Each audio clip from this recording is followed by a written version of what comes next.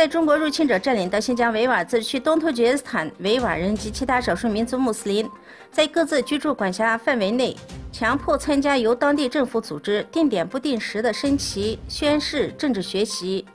强行加入共产党等等。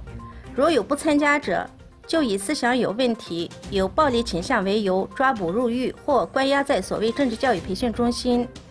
现在的东突厥斯坦民众如同行尸走肉，没有自由、信仰、思想和自信，随时随地被中共政府窥探、镇压、折磨，以各种不靠谱的理由随便抓捕，使维吾尔人及其他少数民族穆斯林提心吊胆地生活在恐惧中。在赫尔辛基峰会之前，美国总统特朗普周六转往苏格兰，而当地有大批民众以侵犯人权继续举行示威，抗议特朗普来访。周六在东部的爱丁堡，据警方称，约有9000人参加了反特朗普的游行，而此前在伦敦举行的示威抗议活动中有数万人参加。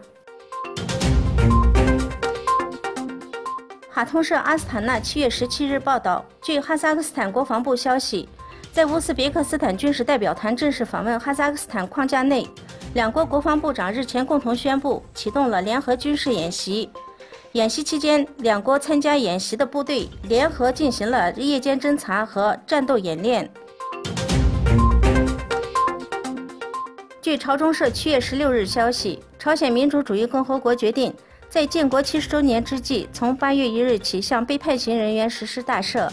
朝鲜最高人民常任委员会12日颁布了相关政令，内阁和有关机关将采取有效措施，妥善安置被释放人员的生活及就业问题。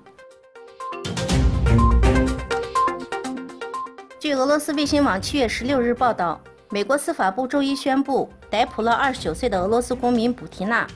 理由是卜提娜在美国充当俄罗斯政府的代理人，通过与美国人建立关系、渗入美国政治组织等方式影响美国政局。据美国防务新闻17日报道，英国国防大臣威利森在昨天开幕的范保罗航展上展示了第6代战斗机的模型，并宣布英国将会投资20亿英镑研制新型战斗机暴风。该机将采用一系列最先进的技术，号称第6代战斗机，同时还展出了暴风飞机的同比例概念模型。英国的最终目标是在2035年让该机正式服役。